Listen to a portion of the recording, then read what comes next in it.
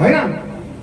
تو کہنے کا مطلب اگر صرف قرآن پڑھ کے سنا جانے کی بات تھی، اس کے بعد کوئی مطلب ہی نہیں تھا رسول کا، تو پھر یہ قرآن کی آگے کی اتنی آیتوں کا انکار ہوتا ہے. وَيُزَكِّيهِمْ وَيُعَلِّمُهُمُ الْكِتَابَ وَالْحِكْمَةَ. یہ آیت کہاں جائے گی؟ یہ آیت کا اتنا حصہ کہاں جائے گا؟ معلوم ہوا کہ رسول صرف آیت پہنچانے کے لیے نہیں آئے تھے، رسول پورے مکہ میں قرآن پڑھ پڑھ کے سنا رہے تھے. اب دیکھو، کل سنا نا آپ نے صحابہ کی کیٹیگری، اب دیکھو مسلمانوں کی کیٹیگری کیسے کلاس آگے بڑھتی ہے. رسول پورے مکہ والوں کو قرآن سنا رہے تھے، کچھ لوگوں نے قرآن کو سنا، کچھ سمجھا، آ گئے رسول کے پاس، کلمہ پڑھ لیا. کسی نے نہیں مانا، کافر کے کافر رہے، مشرک کے مشرک رہے. تو یہ پہلی کلاس ہے کہ کلمہ پڑھ کے داخل ہو گئے. ابھی یہ ایسے نہیں ہوئے ہیں کہ ان کو دوسری کلاس میں داخلہ دیا جائے. دوسری کلاس ہے وَيُزَكِّيهِمْ، ان کے نفوس کو پاک کرنا. سمجھ میں آ رہی ہے ایک بات؟ میں بہت اطمینان سے لے جا رہا ہوں تم کو اس بات پہ. پہلی کلاس ہے کہ جو صرف کلمہ پڑھ لیے ہیں، اب خالی کلمہ پڑھ کے وہ مسلمان تو ہو گئے ہیں، مگر رسول کو ماننے کا مطلب ہے کہ اب وَيُزَكِّيهِمْ کی تعلیم جو رسول دے رہے ہیں اب وہ ماننا. قولوا لا الہ الا اللہ تفلحوا، کلمہ پڑھ لو تم کامیاب ہو جاؤ گے. یہ بڑا آسان لگ رہا تھا، پڑھ لیا کلمہ، مگر جب کلمہ پڑھ لیا تو باتیں آنے لگی. کہاں کیا؟ شراب سے بچو، گناہ سے بچو، زنا سے بچو، دوسروں کا مال ہڑپنے سے بچو، دوسروں کی عورتوں میں نگاہ رکھنے سے بچو، اپنی اولاد کو زندہ دفن مت کرو. اب یہ کلمہ گلے کی ہڈی بن گیا.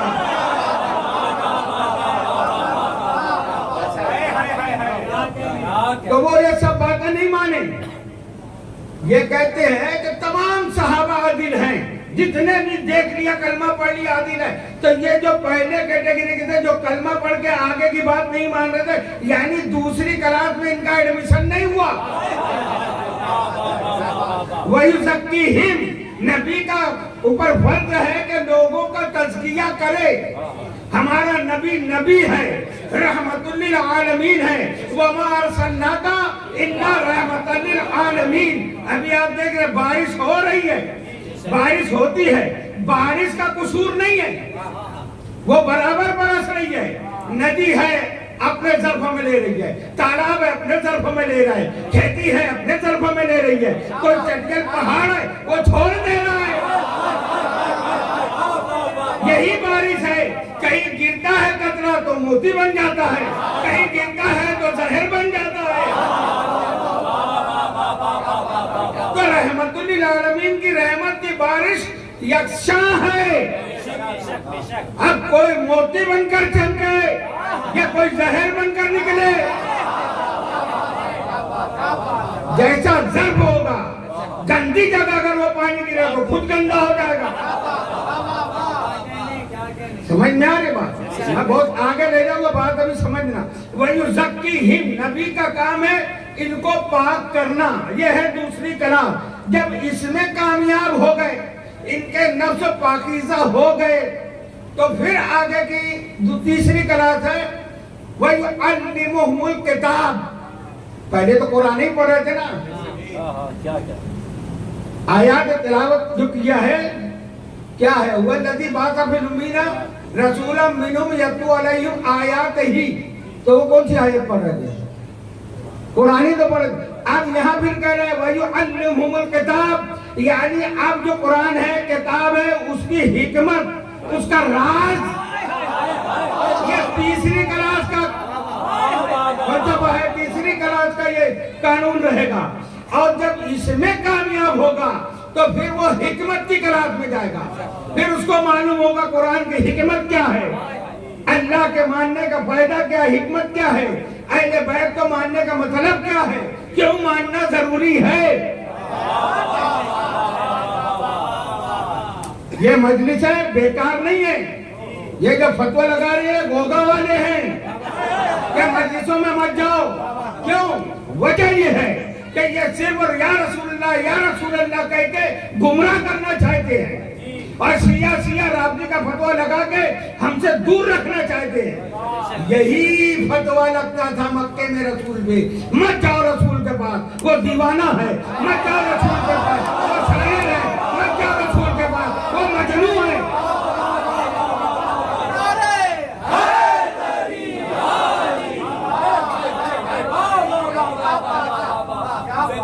یہ فتوہ باز مفتی جو ہیں علیہ اعلان میں ممبر رسول اللہ اسی کی اولاد ہے جو رسول کے پاس جانے سے روکتے تھے، آج اہل رسول کے ذکر سے روک رہے ہیں. ہماری کیا غلطی ہے بتاؤ؟ اور نہیں تو یہ بتاؤ کہ یہ الزام لگانے والے ہمارے آقا اور مولا پر کہ یہ شاعر ہے، یہ مجنون ہے، یہ دیوانہ ہے، کیا مطلب تھا؟ اور کوئی الزام کیوں نہیں لگایا؟ مولویوں روزانہ خبریں آتی ہیں تمہاری.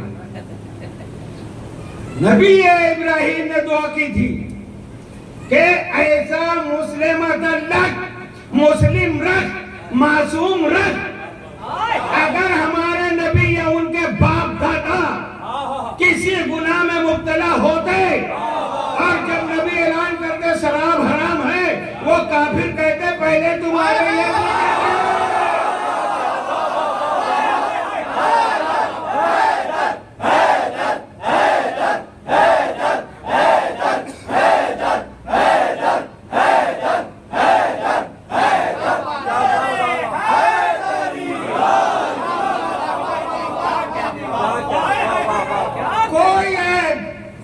کوئی ایک عیب نہ نکال سکے نبی کریم میں. تو کیا کہا کہ مجنون ہے؟ نہ نبی میں نکال سکے، نہ نبی کے جد اجداد میں نکال سکے، اور نہ آج تک کہ مفتی نبی کی اولاد میں نکال سکے. کوئی عیب نہیں. کوئی نہیں کہتا کہ فلاں ایسا تھا، فلاں ویسا تھا، فلاں ویسا تھا. تو کیا الزام لگایا کہ شاعر ہے؟ شاعر کہیں گے تو سمجھیں گے یہ شاعر لوگ کا خیالی مضمون رہتا ہے، اللہ کی کوئی بات نہیں ہے، لوگ دور ہو جائیں گے. جو سمجھدار ہے دور ہو جائیں گے. دیوانہ کہیں گے تو بچے دور ہو جائیں گے کہ دیوانہ ہے، کم مار دے، چھیڑ دے. اور جب پاگل یہ جادوگر کہیں گے تو عورتیں دور ہو جائیں گی. الزام لگانے والے بھی بیوقوف نہیں تھے، کافر ہوشیار کتنے تھے کہ پورے معاشرے کو کیسے روکے، عورتوں کو کیسے روکے، بچوں کو کیسے روکے، جوانوں کو کیسے روکے، بزرگوں کو کیسے روکے. 4 الزام لگائے مگر اللہ نے ان کا جواب دے دیا. ابھی وہ مضمون نہیں ہے میرا، نون والقلم وما یسطرون ما انت ربک بمجنون. نون کی قسم، نون کیا ہے؟ یہ میرے نبی کے نبوت کی نون ہے. پوری نبوت نہیں، نبوت کے نون کی قسم اللہ کا کہتا ہے. اے میرے حبیب آپ کے نبوت کے نون کی قسم، آپ مجنون نہیں، مجنون وہ ہے جو آپ کو کہہ رہا ہے. تو یہ ہم جو پڑھ رہے ہیں نا، یہ مت سمجھنا مولانا بہت کھل کر پڑھ رہے ہیں، بہت تبرہ کر رہے ہیں. یہ تبرہ نہیں، میں قرآن پڑھ رہا ہوں. اب قرآن اگر کسی کو برا لگے تو لگے، جس کو سمجھ میں آئے سنے تو سنے. میں کوئی گالیاں نہیں دے رہا ہوں، قرآن پڑھ کے سنا رہا ہوں. یہ اللہ کا طریقہ ہے کہ ہم کو تم برا بولو، کچھ بھی کہو، فتوے لگاؤ، ہم کچھ نہیں بولتے. مگر نبی کو اگر کوئی کچھ کہے تو یہ اللہ کا طریقہ ہے، وہ 1 دفعہ کہے تم 10 دفعہ کہو.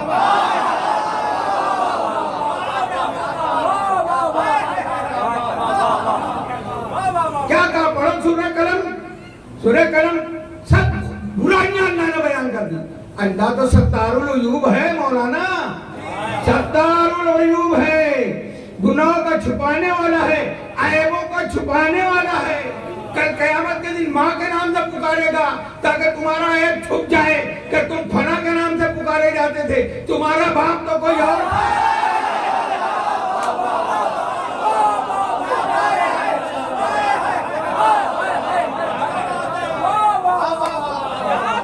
اللہ کو ستار العیوب ہے، اتنا رحم اتنا کرم کہ ہمارا عیب چھپا رہا ہے. تو یہ کون ہے جس کا تو عیب گنوا رہا ہے؟ کہاں سب کا عیب چھپاؤں گا مگر نبی آل نبی کا دشمنوں کا عیب نہیں چھپاؤں گا. اب اللہ نے بیان کرنا شروع کیا، جو نبی آل نبی کا دشمن ہے، جو ان سے بغض رکھتا ہے، وہ کمینہ ہے، وہ برے کام کرنے والا ہے، وہ لوگوں کے مال کھانے والا ہے، وہ یتیموں کو جھڑکنے والا ہے، وہ غلط اسراف کرنے والا ہے، وہ گناہوں میں ملوث رہتا ہے. اور آخر میں اللہ نے کہہ دیا وہ اس کی اصل میں خطا ہے، یعنی وہ حرام زادہ ہے.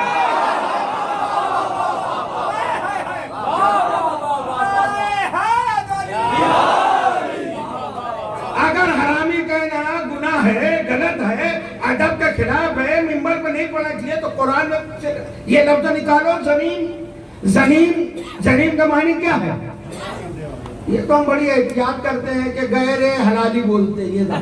یہ مجمع کو خوش کرنے والی بات ہے. سیدھا ترجمہ بتا، زمین کا مطلب ہے حرام زادہ ہے.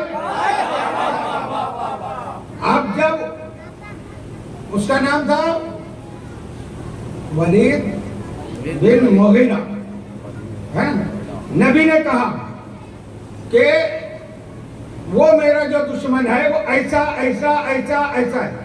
جیسے جیسے جیسے جیسے میرے مصطفیٰ عیب بتاتے جا رہے ہیں، وہ اپنی ذات میں دیکھتا جا رہا ہے، دیکھتا جا رہا ہے، دیکھتا جا رہا ہے کہ ہاں میں تو ایسا بھی کرتا ہوں، میں تو ایسا بھی کرتا ہوں، میں تو ایسا بھی کرتا ہوں. مگر آخری بات جو نبی نے کہی، اب اس کو اتنا یقین ہے کہ جو یہ سب بتا دیا ہے تو آخری بات بھی تو سچی ہے. مگر یہ بتائے گا کون؟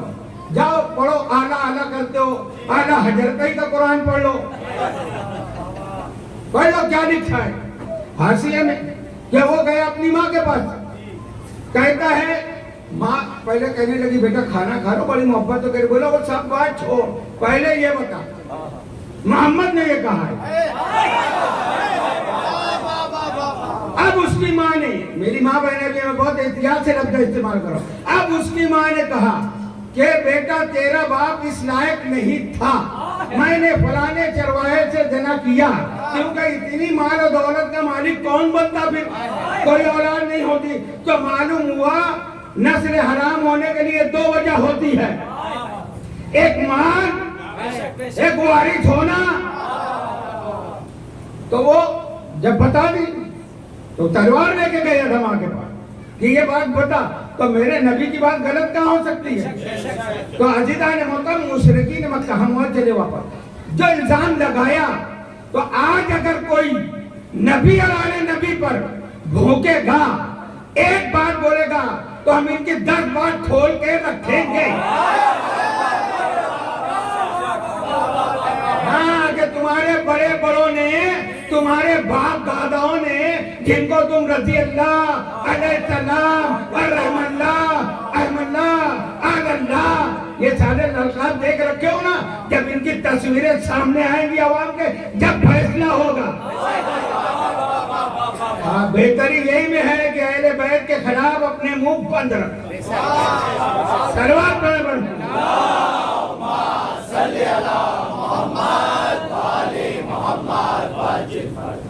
کوئی کہہ سکتا ہے کہ تم تو عنوان دے رہو کتاب اور معلم کتاب، تو پھر کتاب کی بات کرو اور معلم کی بات کرو. یہ تم چلتے چلتے پھر علی کا ذکر شروع کر دیتے ہو، حسین کا کر دیتے ہو. تو بتاؤ کیوں کرتے ہیں؟ اللہ سے پوچھو، اللہ سے پوچھو نا.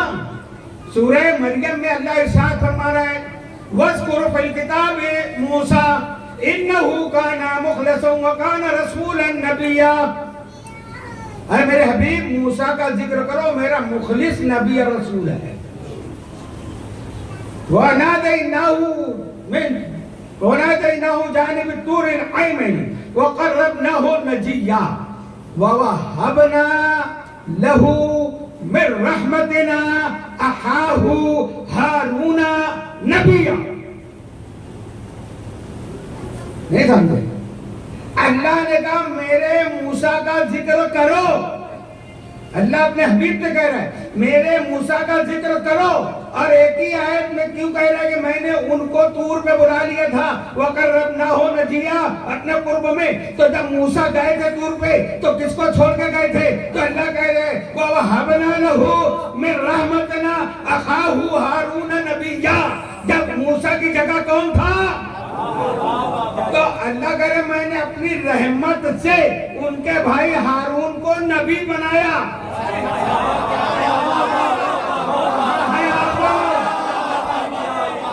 یعنی جب موسیٰ کہیں جائیں گے تو ان کا جانشین کون ہوگا؟ ان کا جانشین کون ہوگا؟ ان کی جگہ پر کون ہوگا؟ ہارون ہوں گے نا. ہارون بھی نبی ہیں, موسیٰ بھی نبی ہیں. اب آؤ مدینے میں رسالت نام کا ارشاد ہے یا علیو انت ہارون من امتی. تم میری امت میں ہارون کی مثل ہو. تم میری امت میں علی ہارون کی مثل ہو. اب رسول موسیٰ جیسے ہونا چاہیے. پھر آؤ سورہ مزمل میں پڑھو. سورہ مزمل آیت نمبر 15 پروردگار عالم ارشاد فرما رہا ہے بسم اللہ الرحمن الرحیم انا ارسلناک شاہدا علیکم کما ارسلنا الی فرعون رسولا. کیا فرمایا اللہ نے؟ بے شک انا ارسلناک ہم نے بھیجا شاہدن شاہد بنا کر گواہ بنا کر علیکم کما ارسلنا تم پر گواہ بنا کر علیکم کما ارسلنا الی فرعون رسولا جیسے میں نے فرعون کی طرف رسول بھیجا تھا. اب اس آیت میں اللہ نے ہمارے نبی کی مثال کیا دی؟ موسیٰ علیہ السلام. جیتے رہو. موسیٰ کی مثال ہے ہمارے نبی. تو موسیٰ کا جانشین ہارون.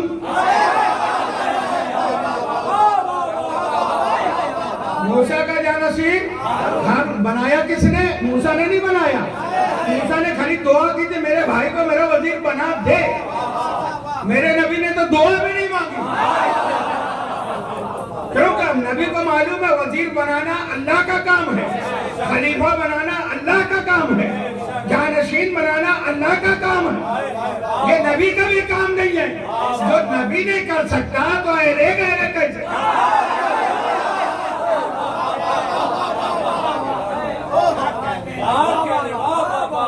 اللہ نے ہمارے سرکار کو مثال دی موسیٰ علیہ السلام. اور جب موسیٰ نہ ہو تو ان کی جگہ ہے ہارون. 40 دن جو بھی تاریخ میں حدیثوں میں آتا ہے موسیٰ علیہ السلام گئے. جانشین کون؟ ادھر دیکھو کیا ہوا تھا. صلوات پڑھیں گے.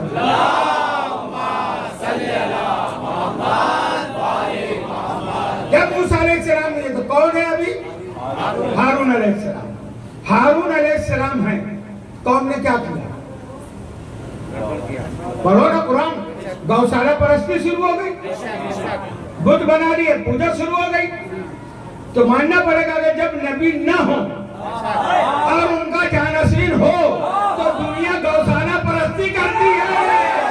اب جو بنایا گیا وہ تو ہے یہ سالے ہوئے سلوات پر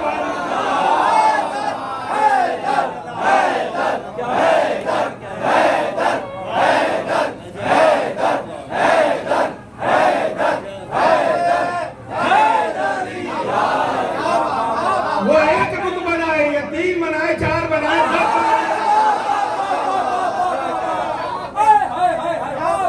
ہم مشرک نہیں ہیں. ہم مشرک نہیں ہیں. ہم بت پرستی نہیں کرتے. یہ بتوں کو پوجا کرنے آنے والے صرف مشرک نہیں ہیں. نبی نے جس کو بنایا, اللہ نے جس کو بنایا اس کے مقابلے میں جس کو مانا جائے گا یہ ہے شرک.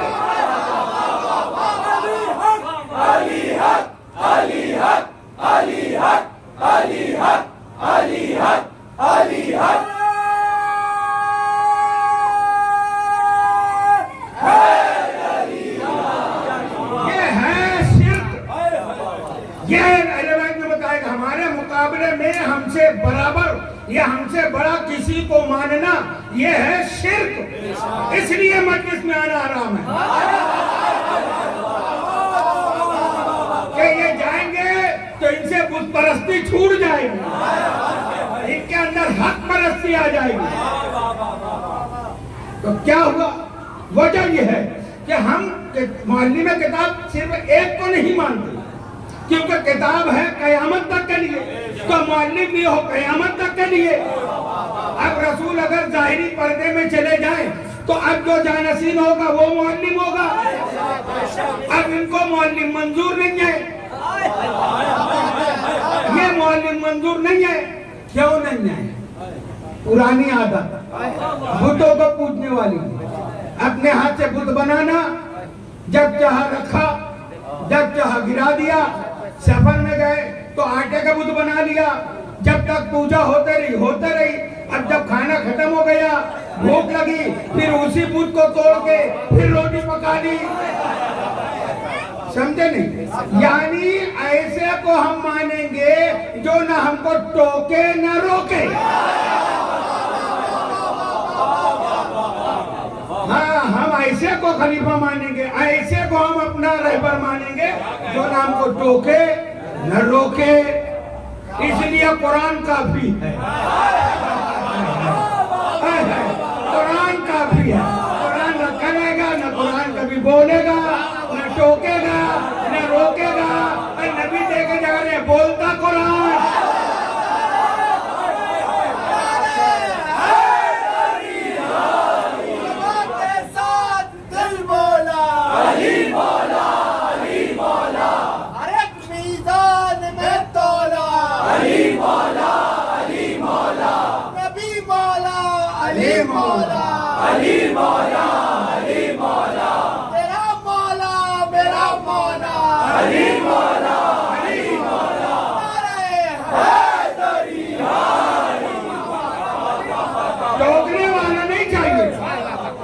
یہاں جو تعلیم دی جاتی ہے, مجلس کا مقصد یہ نہیں ہے کہ 10 دن تم آؤ, سنو, رو, چلے جاؤ. اس کا آنے ہی رونے ہی بہت فائدہ ہے, جنتی بناتا ہے. مگر مجلس کا مقصد کیا ہے؟ کیا ہے مقصد؟ اور یہ جو آنے نہیں دے رہے, ان کا روکنے کا مطلب کیا ہے؟ ابھی 2 دن پہلے خبر وائرل ہوئی, کانپور میں 5 مسلم لڑکیاں 4 غیر مسلم لڑکوں کے ساتھ, ہر ایک مسلم کے ساتھ غلط کام میں مصروف پکڑی گئی. پولیس نے پکڑا. کیوں؟ وہ ہوا گناہ ہوا, چلو تم بولو کہ شیطان بہکا دیا تو فالتو بات ہے. آگے کی بات بتاؤ, مجلس میں آنے کا فائدہ کیا ہے؟ ہم مجلس میں, اچھا جو تمہارے یہ ہوا ہے اس کی وجہ بتا دوں. اس کی وجہ یہ ہے جو ابھی کچھ سالوں سے طلقہ کو سیدنا کہنے لگے ہو, سیدنا معاویہ, اور وہ بد کریکٹر عورت ہندا ملونہ کو سیدہ ہندا. اور جب تم ایسی سیدہ بنا کے مانو گے تو ہندا کا کریکٹر دیکھو کتنے مردوں سے اس کا تعلق تھا. عورتوں کو اپنا رہبر بناؤ گے تو تمہاری بیٹیاں ایسا ہی کرے گی. اس لیے ہم دعوت فکر دیتے ہیں کہ آؤ مجلس میں, آؤ فرض ادا پر. ہم تم کو بتائیں گے خدیجہ, ہم تم کو بتائیں گے فاطمہ, ہم تم کو بتائیں گے زینب, رقیہ, ام کلثوم. بتاؤ کیسا کریکٹر ہے.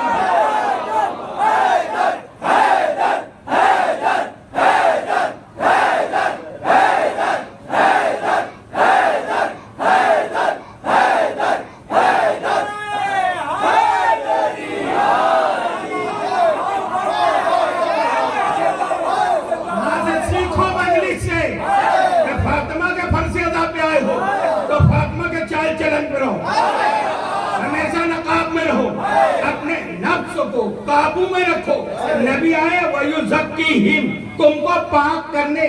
نفس جو ہے نفس امارہ یہ گناہوں کی طرف راغب کرتا ہے، جوانی کی حالت ہے، مگر اگر فرض ادا پہ آتا ہو تو یاد رہے گا نبی نے کیا فرمایا ہے.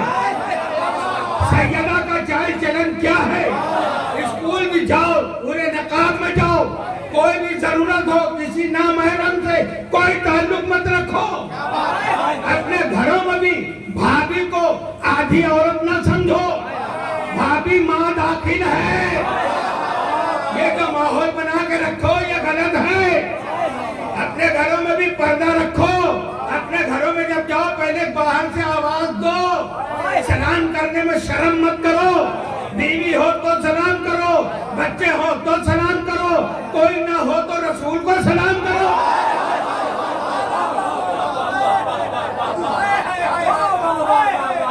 ہاں، ہم اسی لیے ان بد کرداروں پہ لعنت بھیجتے ہیں کیونکہ اللہ نے ان پہ لعنت بھیجی ہے. اور وہ ایمان لیے نبی نے معاف کر دیا. اس کو معافی نہیں بولتے. ان کا کام تھا نبی کا اس وقت تو ان کو قتل کر دیتے. وہ قتل سے چھوڑنا اس کو یہ معافی سمجھ لیں. مگر نبی نے کیا فرمایا جب نقاب پہن کے ہند آگے کلمہ پڑھ رہی ہے، سمجھ رہے؟ ارے جو زمین پہ بیٹھ کے عرش پہ دیکھے، جو جتنا نبی فرماتے ہیں میں جتنا آگے دیکھتا ہوں اتنے پیچھے دیکھتا ہوں. تمہارا نبی اندھا ہو تو ہوا کرے. ہم ایسے نبی مانتے ہیں. ہندا کو مانو گے تو ایسے ہی نبی سمجھ میں آئے گا کہ نبی برقعے میں نہیں پہچان پائیں گے. نبی تو پہچان گئے. کلمہ نہیں پڑھایا پہلے عہد لیا. عہد کرو. سب کو کپڑا دیا تھی کلمہ، مگر یہ تمہارے ماموں کی اماں ہے. تمہارے ماموں یعنی تمہاری نانی ہو گئی ہوگی. اس کا ایمان کلمہ پڑھانے کے نبی عہد لے رہے ہیں کہ عہد کرو کہ تم آج سے زنا نہیں کرو گی. یعنی نبی یہ کہہ رہے مطلب یہ کرتی تھی. جب نہ نبی نے کہا تاریخ پیش کرو ادب کے ساتھ، اپنے بچوں کو سب بتا دو تاکہ کوئی دوسرا آگے ایمان میں ڈاکہ نہ ڈالے. تو وہ کہتی ہے کیا دیکھو دھاندلی اس کی اتنی بے غیرت. وہ نبی سے کہتی ہے کہ ہم جیسی عورتیں بھی زنا کرتی ہیں، یعنی نہیں کرتی. ہم اس وقت تو نبی ایک شخص کی طرف دیکھ کر مسکرائے. میں نام نہیں بتاؤں گا. کیوں مسکرائے؟ اس کو دیکھ کے کیوں مسکرائے؟ کیونکہ وہ عملی گواہ تھا. عملی گواہ تھا. اس لیے ایسے بد کردار ہندا بھندا معاویہ کمینہ ابو سفیان ہم اس کو نہیں مانتے، نہیں مانیں گے. اور جس نے ان کو بنایا خلیفہ اس کو بھی نہیں مانتے. ہم مانتے ہیں قرآن کی روح سے صرف نبی کو اور آل نبی کو. اور آج تک ہمارے ہاتھوں میں دامن ہے آل نبی کا، سلطان الہند کا. میرے خواجہ نے کبھی نہیں کہا کہ ان کو مانو. تم اپنے پیر کی مانو، مانا کرو، ہم تم کو بھی منع نہیں کرتے. مگر ہم اپنی بہنوں کو، اپنی گھر والی بیٹیوں کو یہ تاکید کریں گے کہ کردار سیدہ اپناؤ. مجلس کا مقصد یہ ہے جناب فاطمہ زہرا سلام اللہ علیہا اتنی پردہ دار تھی کہ سورج نے ان کا ناخن نہیں دیکھا.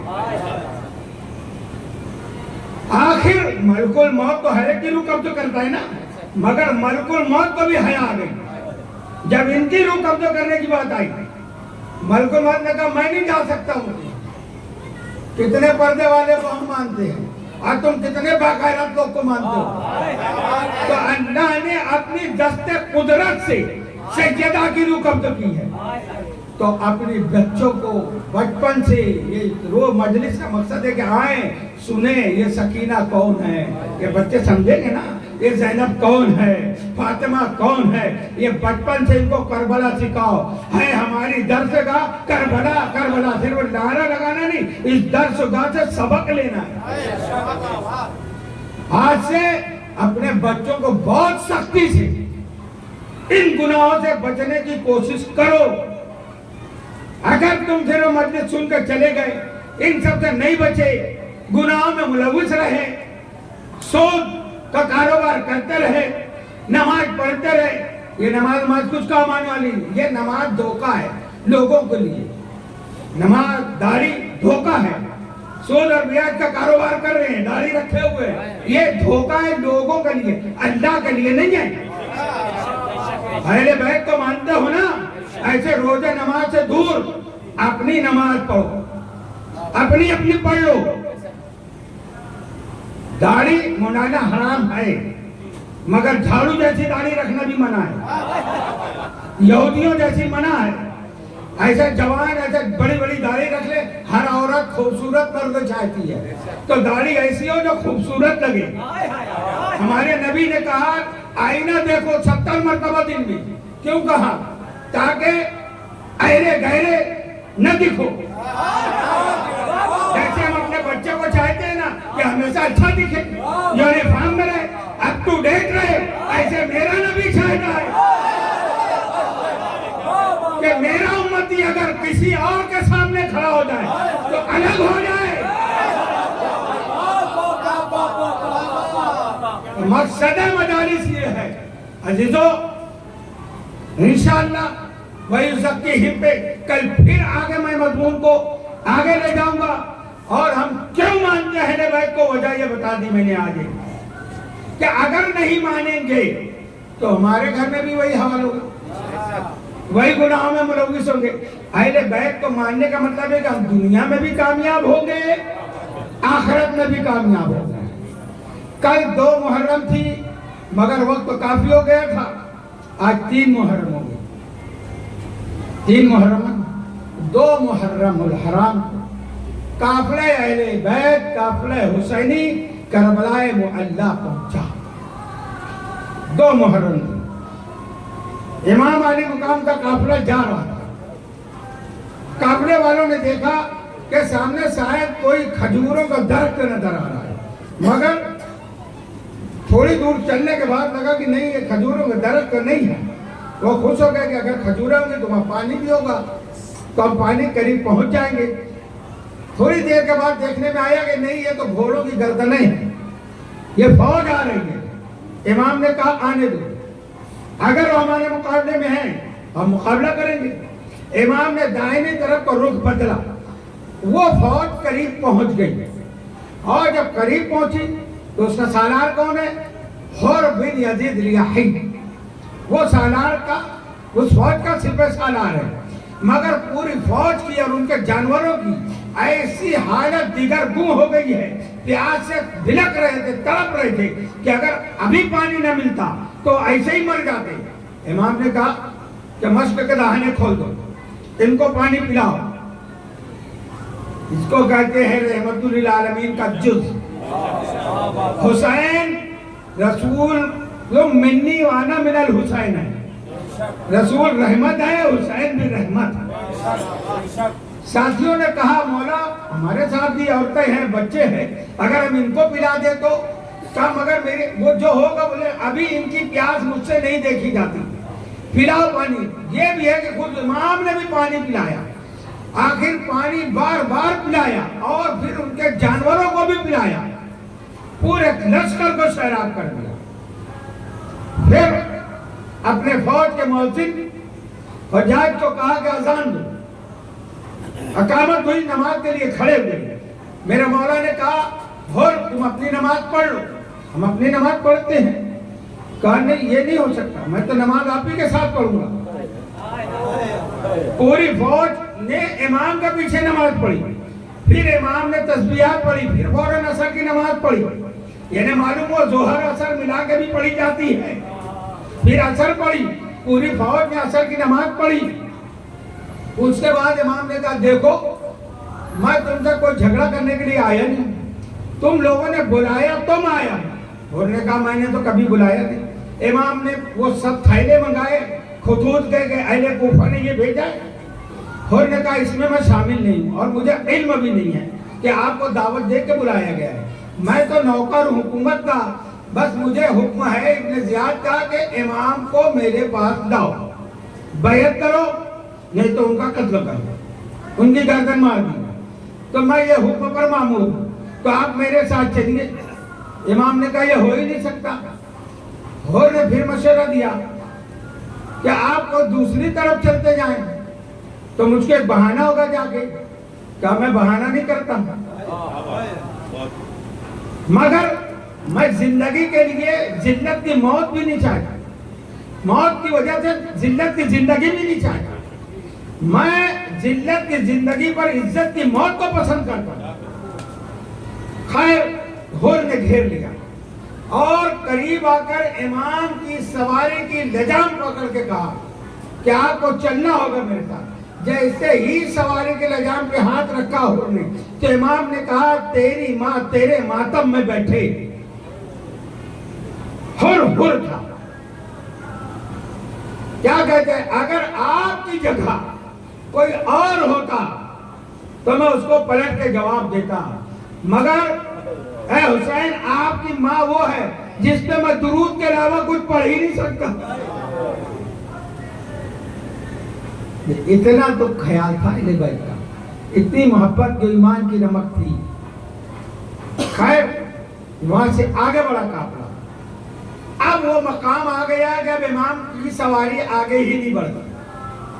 6 گھوڑے امام نے بدلے کہ آگے بڑھ جاتا، مگر کوئی سواری آگے نہیں بڑھتی۔ تو امام نے پوچھا اس جگہ کا نام کیا ہے؟ لوگوں نے بتایا اس کو گازریہ بھی کہتے ہیں۔ کہا کچھ اور نام ہے؟ کہا اس کو نینوا بھی کہتے ہیں۔ کہا کچھ اور نام ہے؟ کہا اسے شت فرات بھی کہتے ہیں۔ کہا کوئی اور نام ہے؟ تو لوگوں نے بتایا ہاں اس کو کرب و بلا بھی کہتے ہیں۔ بس جیسے ہی نام کربلا امام نے سنا ایک ہچکی لی، زور سے روئے امام اور پھر مٹی اٹھائی کربلا کی، اس کو سونگھا اور سونگ کے زینب کو دیا کہ بہن زینب اس کو سونگو۔ جیسے ہی سیدہ طیبہ زینب سلام اللہ علیہ نے سونگھا تو رونے لگی، کہتی ہے بھائی اس مٹی میں سے آپ کے خون کی بو آتی۔ سید دادی کے رونے سے اور بیویاں رونے لگی۔ آپ نے کہا قافلے یہی روک دو، خیمے لگائے جائیں۔ خیمے لگائے گئے، خیمے لگاتے ہی کہا کہ یہ زمین کس کی ہے بلاؤ۔ وہ قبیلہ بنو اسد کے لوگ وہاں جو آبادی تھی وہ آئے، ان کے سردار کو بلایا اور امام نے کہا کہ میں یہاں بسنا چاہتا ہوں، میں یہاں رکنے والا ہوں کہ یہ زمین تم مجھ سے بیچ لو۔ سرداروں نے کہا کہ اے مولا آپ ایسے ہی رہ سکتے ہیں مگر یہاں نہ رکیں، یہ اچھی زمین نہیں ہے، یہ کسی کو راس نہیں آتی۔ بڑے بڑے انبیاء یہاں سے گزرے ہیں، روتے ہوئے گزرے ہیں، ان کو مصیبتیں آئی ہیں، تکلیف آئی ہے، یہ زمین اس قابل نہیں ہے کہ اس کو بسایا جائے۔ میرے امام نے کہا ہاں وہ میں جانتا ہوں مگر نہیں میں بسوں گا، آپ مجھ سے یہ زمین بیچ دو۔ کتنے میں دو گے؟ کہا 60,000 درہم۔ 60,000 درہم۔ میرے مولا نے کہا ٹھیک ہے میں نے دیا۔ جیسے ہی مولا نے دینے کا وعدہ کیا سیدہ زینب آئی، کہا مولا کتنے میں؟ اے میرے آقا کتنے میں؟ میرے بھائی کتنے میں سودا طے ہوا؟ کہا 60,000 میں۔ کہا 30,000 میں دوں گی، 30,000 آپ دیں گے، کیونکہ میں شریکت الحسین، میں جہاد میں بھی شریک ہوں تو زمین کی خریدی میں بھی شریک ہوں۔ 30,000 سیدہ نے دیا، 30,000 امام نے دیا۔ اب لکھائی ہوئی زمین کی خریدی ہوئی تو کہا علی اکبر کو 18 سال تم نے پالا ہے، بیٹا میرا ہے، پرورش تم نے کی ہے، بیٹا میرا ہے، تو کیوں نہ یہ زمین علی اکبر کے نام کی جائے، کیونکہ آدھی قیمت آپ نے دی ہے، آدھی میں نے دی ہے، یہ جاگیر علی اکبر کے نام لکھ دی گئی۔ اور خریدی ہونے کے بعد پھر وہ زمین میرے مولا نے اسی قبیلہ بنو اسد کو ہبہ کر دی کہ یہ زمین میں تم کو دے دیتا ہوں، مگر دیکھو یہاں ہماری قبریں بنے گی، میں 8 دن اور رہوں گا، 10 تاریخ کو ہماری شہادت ہوگی، تو 3 شرط ہے، 3 شرط میں میں یہ زمین دیتا ہوں کہ میں تم کو یہ دے دیا ہوں، اس کا مالک بنا دیا۔ دوسری شرط یہ رہے گی کہ 11 محرم کو ہم 10 کو شہید ہوں گے تو 11 محرم کو اے قبیلہ بنو اسد والو جوانوں تم آ کے ہماری میت کو دفن کر دینا، ہماری لاشوں کو دفن کر دینا، اور تم نہیں اگر آ سکتے تو تمہاری عورتوں کو کسی بہانے سے بھیجنا پانی لینے کے لیے فرات سے، اور وہ ہمارے اوپر ریت ڈال کے چلی جائیں۔ اور اگر وہ بھی نہیں آ سکتے تو جملہ سنو گے، امام نے قبیلہ بنو اسد کے بچوں کو بلایا اور کہا کہ اے میرے بچوں یہ بتاؤ کہ یہ علاقے میں تم کبھی آتے ہو؟ بچوں نے کہا ہاں آتے ہیں۔ کہا کیا کرنے آتے ہو؟ کہتے ہیں ہم یہاں کھیلنے کے لیے آتے ہیں۔ کیا کھیل کھیلتے ہو؟ تو بچے کہتے ہیں جیسے بچے ہمارے ریت کھیلتے ہیں ایسے ہم ریت کو یہاں سے اٹھا کے وہاں پھینکتے ہیں، وہاں کی ریت وہاں ڈالتے ہیں۔ بس میرے بچوں، اگر تمہاری مائیں نہ آ سکے، تمہارے باپ نہ آ سکے، اے میرے بچوں تم آ جانا، کھیلتے کھیلتے ریت اٹھا کر ہمارے اوپر ڈال دینا، ہماری لاشوں کو اس طریقے سے دفن کر دینا۔ اللہ اکبر، خدا کسی غم میں نہ رلائے سوائے غم مظلوم کربلا کے۔ یہ وصیت یاد رکھنا۔ تیسری وصیت تھی، اے قبیلہ بنو اسد والو، جب میری شہادت کے بعد ہماری قبریں رہیں گی تو اس میں زراعت مت کرنا، کھیتی مت کرنا، اور کوئی میری قبروں کا زائر آئے گا تو اس کو 3 دن مہمان رکھنا، اس کو کھلانا، اس کو پلانا، تاکہ اس کو احساس ہو 3 دن کہا میرے مولا نے، تاکہ 3 دن رہ گئے وہ یہ سوچے کہ میرا مولا 3 دن بھوکا پیاسا رہا، ہمارے لیے انتظام کیا۔ اللہ اکبر۔ آج بھی تیسری محرم کو اللہ آپ کو کربلا کی زیارت نصیب کرے۔ حاجی صاحب تو ابھی ہو گیا ہے نا، اب میں بتا رہا ہوں آپ تصور میں کربلا پہنچے۔ 3 محرم کو آج بھی قبیلہ بنو اسد کے لوگ، ان کے سردار آتے ہیں، ان کے اوپر جو سردار ہے نا اس کے کانجے پر پھاوڑا ہوتا ہے، ایک مصنوعی قبر بناتے ہیں روضہ امام حسین میں، وہ یہ بتانے آتا ہے کہ ہم نے دفن کیا تھا، اور آ کر سب سے پہلے جب آپ روضہ امام حسین میں داخل ہوں گے تو ایک طرف گنج شہیدہ ہے، اندر امام علی مقام کا روضہ ہے، مگر روضے سے پہلے ایک زری اکیلی بنی ہوئی ہے۔ یہ کس کی زری ہے؟ یہ حبیب ابن مظاہر کی ہے۔